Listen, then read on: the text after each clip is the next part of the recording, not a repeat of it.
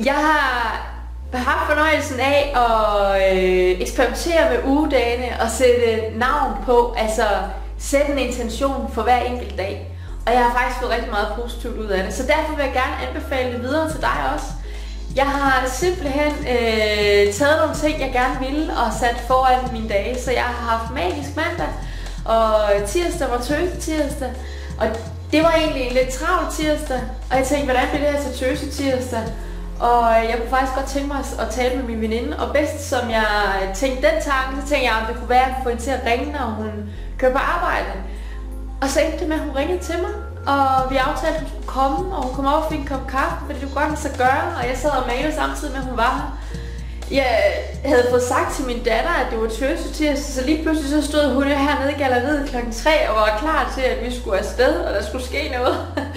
Så vi tog afsted på café og havde Mikkel med, så vi dyssede lidt ned på at kalde det for tøsetirsdag, men det blev mere hyggeligt tirsdag, og han skulle også være med, og han ville også have, at det skulle være, så skulle også være en drengedag, og nu skal han have en drengedag med hans far, hvor han skal bygge Lego, og så videre, og så videre, og så videre. Og det er jo bare helt almindelig hverdag for mig. I går var det oplevelsesrig onsdag.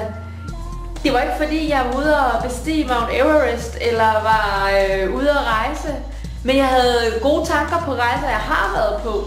Og jeg havde gang i de her malerier, som er et bestillingsmaleri.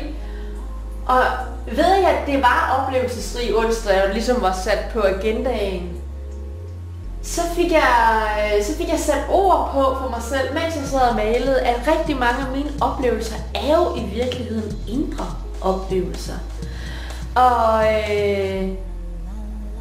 Og dem er jeg bedre til end de store andre. Fordi de store andre, det er sådan meget yderstyret nogle gange, at så skal der ske en hel masse. Hvorimod de indre oplevelser, dem kan jeg altid komme i kontakt med, når jeg er stille og nærværende. Det er så ikke altid, jeg er stille og nærværende, men det er jo noget, jeg øver mig i. Og der gik det op for mig, at den mulighed står til stede 24/7 i døgnet. At sætte sig ned og fordybe sig og gå på oplevelse i det indre. Altså det kan vi jo gøre alle sammen på 5 minutter, hvis det er det, vi vil. Men vi skal ville det. Og det var bare en god aha for mig. Måske en aha, du kan bruge også til dig i dit liv. Og overveje, hvordan du kan få flere oplevelser ind. Og prøve at dele bunken i indre og ydre oplevelser. De smelter selvfølgelig rigtig, rigtig tit sammen. Men vi er måske lidt for forhippet på at skabe de ydre oplevelser, handling og action. Hvorimod de indre oplevelser jo tit ligger, i hvert fald for mig, i roen. Jeg ved ikke, hvad det gør for dig, men har du tænkt på det? I dag står jeg så op til taknemmelig torsdag, og det er ikke svært. Jeg arbejder rigtig meget med taknemmelighed, og det jeg får ud af at arbejde med taknemmelighed, det er, at jeg bedre kan give slip på alt det, som ikke er, og mere kan sætte pris på det, som er i mit liv. Og det er bare har været en kæmpe øjenåbner for mig. Jeg står op og kommer herned, og er dybt taknemmelig for, at Morten og Birgitte, hvis I ser med her, så tak, har bestilt et maleri, og jeg er glad for, at jeg tog mig tid til at male 2, så nu kan de vælge, når de kommer herned, hvad de gerne vil have. Og jeg er super glad for, at de gav opgave med grønne kjoler, fordi jeg kom sådan til at sidde og tænke på håbets farver og grønt, og hvad mine håb for mit liv er, og jeg tænkte også på, hvad Morten og Birgitte må håbe på at få ud af at have det her hængende. Og det vil jeg snakke med dem om, når de kommer. Altså, al den der refleksion og muligheden, der er for det i mit arbejde, det sætter jeg enormt stor pris på. Og det er jo ikke altid, at jeg sidder og har tid til at fordybe mig dybt i malerierne. Der er også masser af andre ting i livet som selvstændig. Og det kan vi vælge at fokusere på og få røg ud af ørerne og blive vildt stresset. Men vi kan også vælge at fokusere på alt det, der fungerer rigtig godt. Og rigtig tit så har vi jo et liv med fantastisk mange gode ting i. Men det eneste, vi fokuserer på, er det, som ikke er, eller det, som ikke er sket endnu.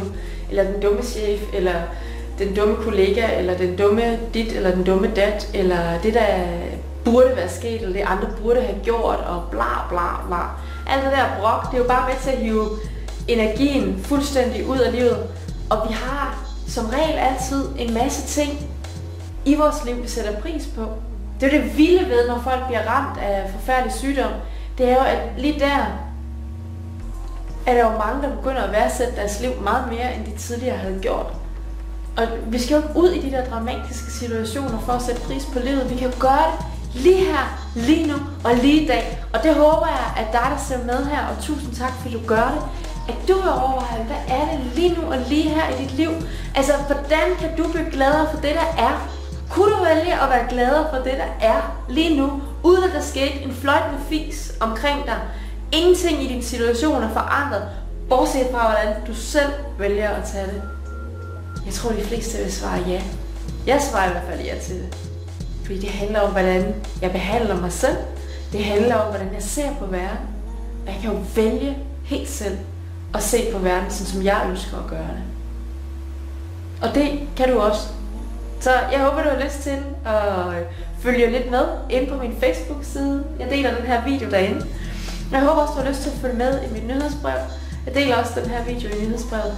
Så du har mulighed for at følge lidt med, både i hvad der bliver skabte værker, men også hvad er tankerne bag, og hvad er det, jeg får ud af mine processer med at male. Og rigtig tit er det refleksionen og fordybelsen, og nogle af pointerne vil jeg rigtig gerne give videre i håbet om, at du også kan bruge dem i dit liv, og tage dele af det, tage det, der fungerer for dig, og bringe det videre i dit liv. Jeg ønsker at skabe mere glæde og begejstring her i verden, og håber til dels at gøre det med malerierne, men håber også at gøre det via de her små videoer, som jeg bare deler nogle af mine egne tanker med, i håbet om også at inspirere dig til at få et bedre liv. Ha' det nu rigtig godt, pas godt for dig selv, og skriv gerne en kommentar, hvad taknemmelig torsdag kan være for dig. Uanset om det er torsdag eller ej, når du ser videoen, så hører jeg utrolig gerne om det. Det er altid inspirerende at høre, hvad andre mennesker er taknemmelige over, fordi tit så finder man ud af, gud, jamen det er jo egentlig også i mit liv. Det har jeg helt overset. Ja, ha' en super god dag. Tak fordi du så med.